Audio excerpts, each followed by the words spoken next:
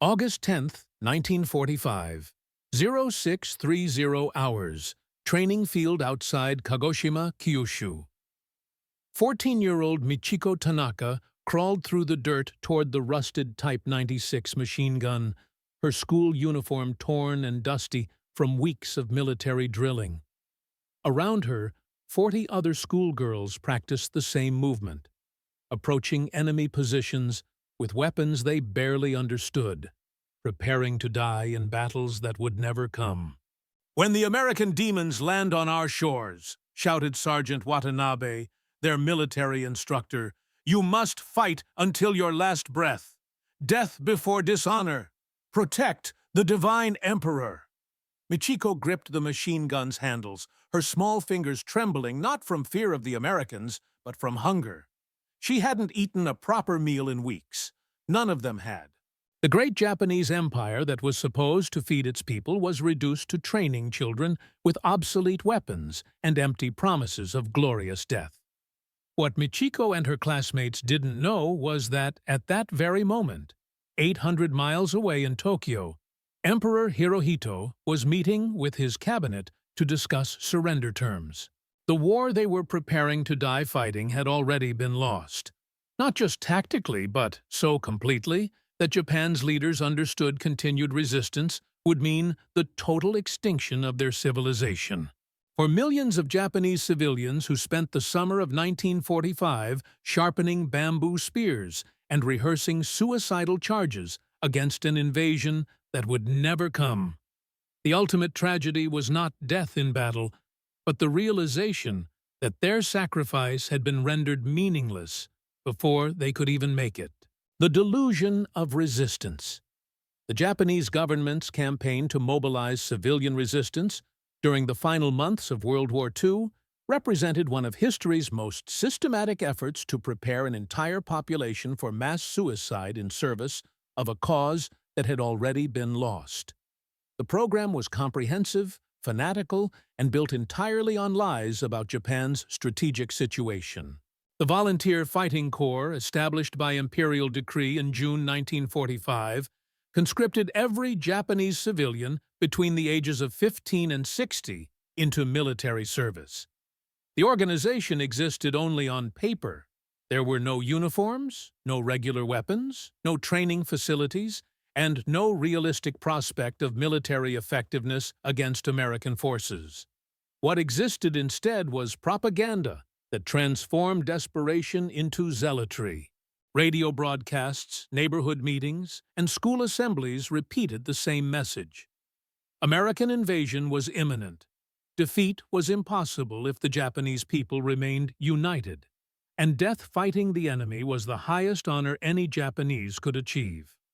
The mathematical reality was starkly different. By August 1945, Japan possessed no effective navy, virtually no air force, and an army that existed primarily as scattered garrisons with inadequate supplies and obsolete equipment. American forces commanded overwhelming superiority in every category of military power while operating from secure bases that Japanese forces couldn't threaten. The weapons of desperation. The arms provided to Japan's civilian militia revealed the complete collapse of Japanese industrial capacity and military logistics. The bamboo spears that became symbols of final resistance weren't chosen for their effectiveness. They were literally the only weapons Japan could produce in sufficient quantities to arm millions of civilians. Blacksmiths throughout Japan received orders to convert farming implements into weapons of war. Kitchen knives were mounted on wooden poles. Garden tools were sharpened into crude spears. Anything that could conceivably inflict injury on an American soldier was distributed to civilians who had never received meaningful military training. The few actual firearms available to civilian units were museum pieces, rifles from the Russo-Japanese War, machine guns that hadn't been manufactured since the 1920s, pistols without ammunition. Most armed civilians possessed nothing more than pointed sticks and the promise that their sacrifice would somehow compensate for Japan's technological inferiority. Training exercises revealed the pathetic inadequacy of Japan's civilian defense preparations. Elderly men practiced charging imaginary American tanks with bamboo spears. Teenage girls learned to operate machine guns they would never actually fire in combat. Children rehearsed grenade attacks using rocks and empty cans. The psychology of sacrifice. The willingness of Japanese civilians to embrace suicidal resistance reflected psychological conditioning that had transformed rational self-preservation into ideological fanaticism. Years of propaganda had convinced ordinary people that death-fighting Americans was preferable to life under foreign occupation. The conditioning was particularly effective among children and teenagers who had known no reality other than wartime propaganda. School curricula emphasized death before dishonor, with detailed instruction on how to kill American soldiers using improvised weapons before dying themselves. Schoolgirl Michiko Tanaka genuinely believed that fighting to the death against American invaders was her sacred duty as a Japanese citizen. "We were taught that Americans would torture us, rape us, kill our families," she recalled decades later. Death fighting them seemed like mercy compared to what they would do to us if we survived. The psychological preparation for mass suicide was systematic and thorough. Families received instructions for killing themselves if capture seemed inevitable. Mothers were taught to strangle their children rather than allow them to fall into American hands. Fathers learned to use grenades to destroy their entire families rather than submit to occupation. The strategic impossibility. Japanese military leaders who promoted civilian resistance understood perfectly well that bamboo spears couldn't stop American tanks and that teenage girls with machine guns posed no serious threat to combat veterans who had fought across the Pacific. The civilian mobilization was never intended to achieve military victory. It was designed to make American invasion so costly that the United States would accept negotiated peace rather than total Japanese surrender. The strategy was based on fundamental misunderstanding of American character and industrial capacity. Japanese planners assumed that American democracy would collapse under casualty rates that totalitarian Japan was prepared to accept. They calculated that Japanese willingness to die would exceed American willingness to kill. The assumption proved disastrously wrong. American planning for Operation Downfall, the invasion of Japan, included provisions for dealing with civilian resistance that demonstrated cold-blooded realism about the human cost of Japanese fanaticism. American commanders were prepared to kill as many Japanese civilians as necessary to achieve unconditional surrender. More importantly, American strategic planners had already developed alternatives to invasion that made Japanese civilian resistance irrelevant. The atomic bomb program, strategic bombing campaign, and naval blockade provided ways to achieve Japanese surrender without exposing American forces to the casualties that Japanese leaders hoped would force negotiated peace. The reality of American power. While Japanese civilians trained with bamboo spears, American forces deployed military capabilities that exceeded Japanese comprehension. The scale of American industrial production, technological advancement, and logistical capacity made Japanese resistance mathematically meaningless, regardless of individual courage or sacrifice. American naval forces operating off the Japanese coast included over 1,200 warships, with firepower sufficient to destroy every major Japanese city within weeks. The Fast Carrier Task Force alone could launch more aircraft than the entire remaining Japanese Air Force possessed, while maintaining operations indefinitely through supply systems that Japanese forces couldn't threaten. Strategic bombing capabilities had already demonstrated American ability to destroy Japanese cities at will. The firebombing of Tokyo on March 9, 1945, killed more people in a single night than most military campaigns throughout history. The systematic destruction of Japanese urban areas proved that American forces could eliminate Japanese civilization without risking a single soldier in ground combat.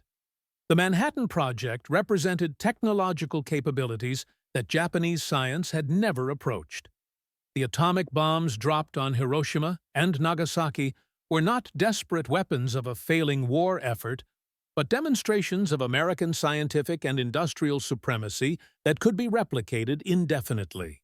The training charade military training provided to Japanese civilians represented elaborate theater designed to maintain morale rather than genuine preparation for effective resistance. The exercises were psychologically important for maintaining civilian willingness to fight, but militarily worthless against forces equipped with modern weapons and proper training.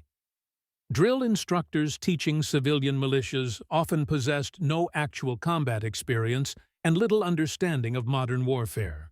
Many were retired soldiers from previous conflicts who had never faced enemies equipped with automatic weapons, artillery, or air support. Their training methods reflected outdated concepts of warfare that bore no resemblance to the industrial killing that characterized World War II combat. The weapons training was particularly absurd. Civilians learned to operate machine guns using wooden models, practiced throwing grenades with stones, and rehearsed anti-tank tactics against imaginary vehicles. The training was based on equipment that didn't exist, and scenarios that could never occur given Japan's actual military situation. Physical conditioning emphasized fanatical determination rather than practical military skills. Civilians learned to charge while screaming, practiced dying dramatically for the emperor, and rehearsed mass suicide techniques that would prevent capture by American forces. The training was preparation for death, not combat. The Children's Army. The mobilization of Japanese children for military resistance represented the most morally bankrupt aspect of Japan's final defense preparations. Children as young as 12 received training in guerrilla warfare, suicide bombing, and assassination techniques that were intended to turn schoolyards into battlefields. Student military training units practiced attacking American soldiers using methods that violated every international law regarding child combatants. Boys learned to hide explosives and detonate them when American patrols approached.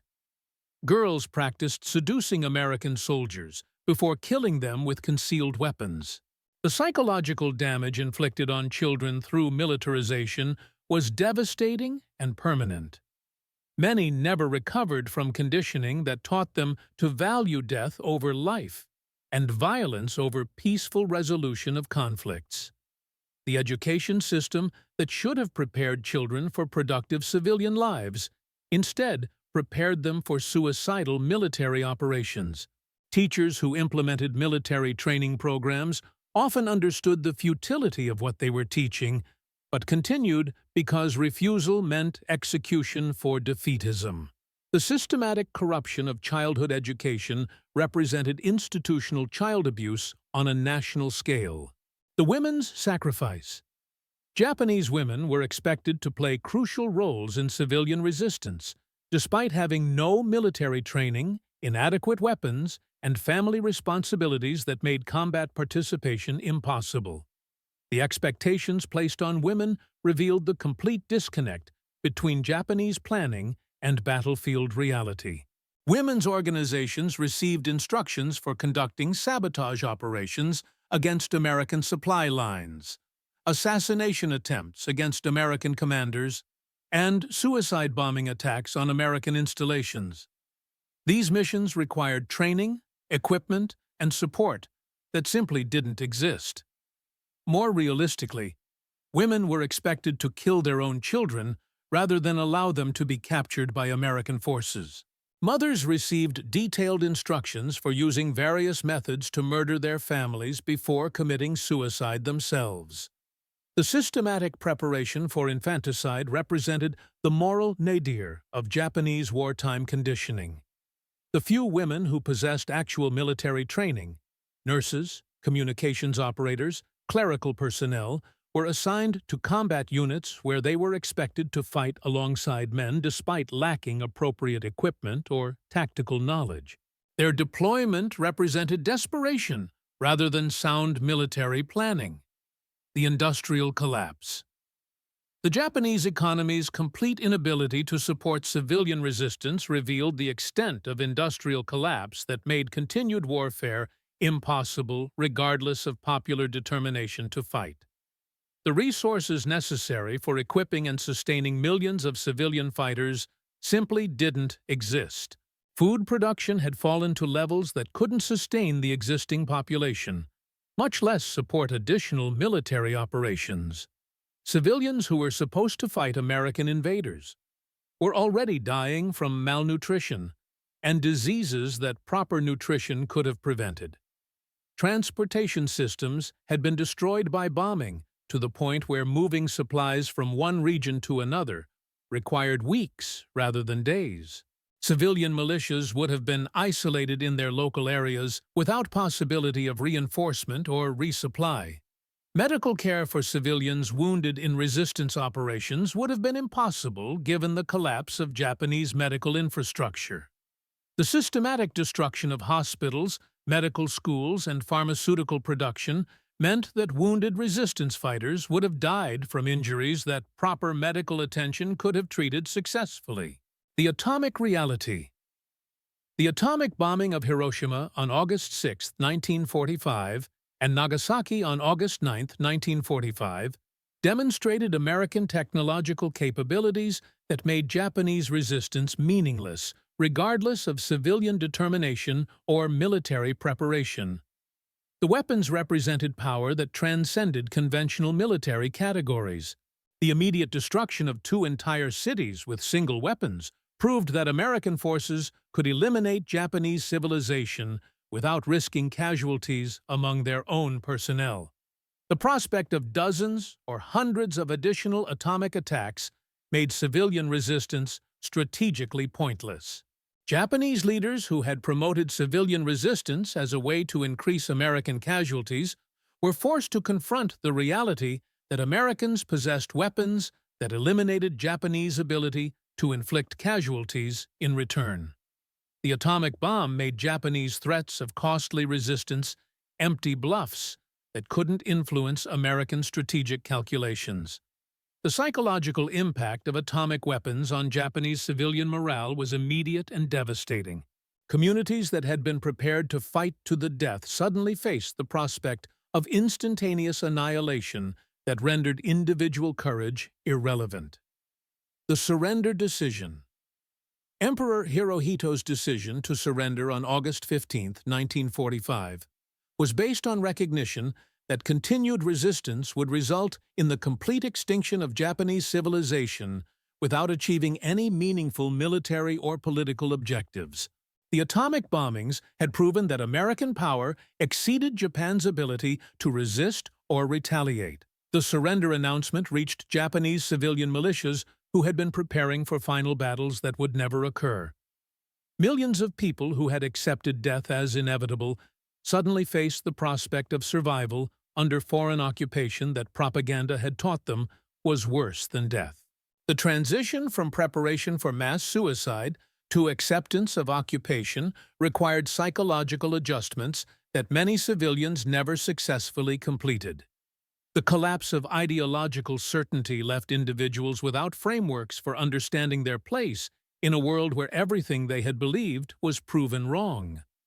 Military units that had been preparing civilian resistance operations faced the task of explaining to their members why sacrifice was no longer necessary or desired.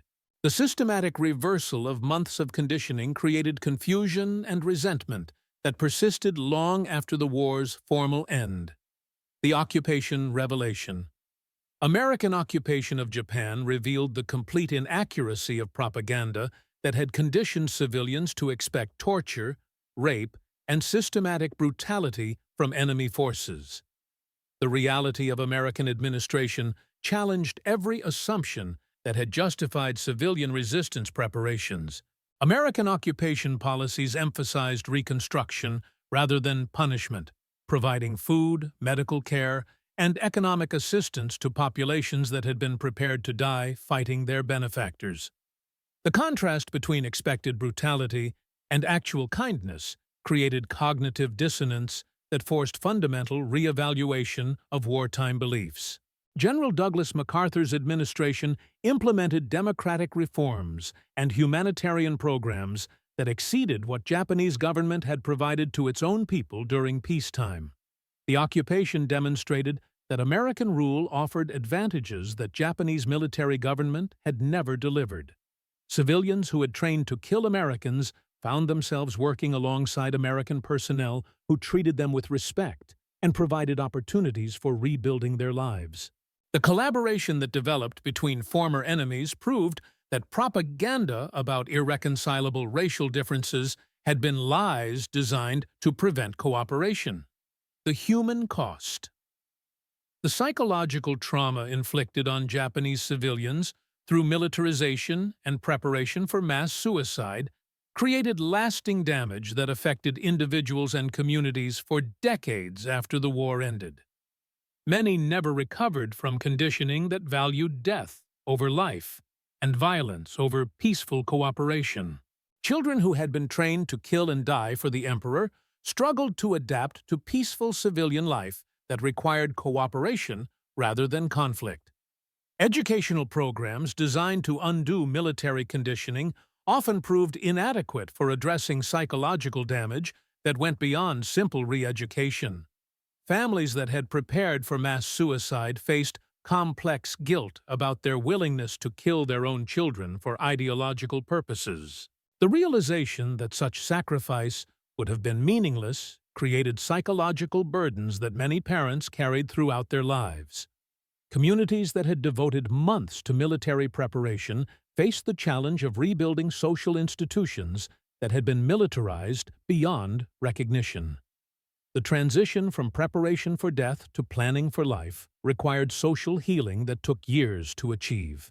The strategic lessons. The Japanese civilian resistance program demonstrated the futility of ideological fanaticism when confronted with overwhelming material disadvantage. No amount of individual courage or willingness to die could compensate for industrial and technological inferiority that made resistance mathematically impossible. American strategic planning that developed alternatives to invasion proved more effective than Japanese preparation for costly defensive battles. The combination of atomic weapons, strategic bombing, and naval blockade achieved Japanese surrender without the casualties that Japanese leaders hoped would force negotiated peace. The systematic indoctrination of civilian populations for suicidal resistance proved counterproductive when superior enemy forces possessed the technological capability to achieve victory without engaging in costly ground combat. Japanese preparation for heroic death became irrelevant when Americans chose technological solutions over infantry assault. International observers who studied Japanese civilian militarization concluded that democratic societies possessed strategic advantages over totalitarian regimes that extended beyond simple industrial capacity to include realistic assessment of strategic situations and rational decision-making processes. The educational impact. Post-war educational programs in Japan used examples of civilian resistance preparations to teach about the dangers of militarism and the importance of critical thinking in evaluating government claims about national security. The systematic examination of wartime delusions became part of democratic education. International educational institutions used Japanese civilian militarization as case studies in propaganda analysis, mass psychology, and the relationship between ideology and strategic thinking. The historical example provided concrete evidence of how entire populations could be deceived about fundamental realities. Peace education programs emphasized the tragic waste of human potential represented by civilian resistance training that prepared people for death rather than productive life. The example became powerful arguments for diplomatic solutions to international conflicts. Military academies studied Japanese civilian resistance as examples of how not to conduct defensive operations, emphasizing the importance of realistic assessment of relative capabilities and rational strategic planning based on actual rather than desired conditions. The ultimate irony. The ultimate irony of Japanese civilian resistance preparations lay in the fact that the invasion they were designed to resist never occurred precisely because American leaders understood that Japanese fanaticism made invasion unnecessary, costly, when alternative strategies could achieve the same political objectives more efficiently. President Harry Truman's decision to use atomic weapons rather than invade Japan was influenced partly by estimates of casualties that would result from fighting civilian populations that had been conditioned to prefer death over surrender. Japanese preparation for mass resistance actually contributed to American decisions that made their sacrifice unnecessary. The weapons that Japanese civilians had trained to use against American invaders were never tested in combat because American technological superiority eliminated the need for invasion. The bamboo spears and improvised explosives remained unused symbols of determination that became irrelevant before it could be demonstrated. The children who had been taught to kill American soldiers instead learned to play baseball with American occupation troops who brought candy and medical care, rather than the brutality that propaganda had promised. The transformation from preparation for war to enjoyment of peace occurred without the intermediate stage of combat that both sides had expected. The memory and meaning. Decades after the war ended, survivors of Japanese civilian resistance training reflected on their experiences with mixture of pride in their willingness to sacrifice and recognition that their sacrifice would have been meaningless. The memory became complicated evidence of both human devotion and human folly. The bamboo spears that had symbolized Japanese determination to resist became museum artifacts that reminded visitors about the futility of ideological fanaticism when confronted with overwhelming material superiority. The weapons served as warnings about the consequences of unrealistic strategic planning. Educational programs that used civilian resistance preparations as historical examples emphasized the importance of accurate information and rational decision-making in evaluating national security threats. The systematic deception of civilian populations became cautionary tales about government propaganda. Peace memorial activities often included references to civilian resistance training as evidence of how wartime conditioning could transform ordinary people into instruments of violence and self-destruction. The memory served arguments for diplomatic solutions to international conflicts. The final recognition. In the end, Japanese civilians who prepared to die fighting a war that America had already won represented the tragic human cost of leadership that valued symbolic resistance over realistic assessment of strategic possibilities. Their willingness to sacrifice themselves for impossible objectives demonstrated both the nobility and futility of human determination when divorced from rational analysis. The bamboo spears they carried into training fields became monuments to misguided courage that achieved nothing while costing everything. The children who learned to use weapons they would never fire in anger grew up to understand that peace offered possibilities that war could never provide. The American forces they had been conditioned to fear as demons proved to be human beings who preferred reconstruction to destruction, cooperation to conflict, and building futures to destroying pasts. The revelation challenged every assumption that had justified preparation for mass suicide. The war that Japanese civilians prepared to fight had indeed already been won, not just militarily but morally, by a side that possessed both the power to destroy its enemies and the wisdom to choose reconstruction over revenge.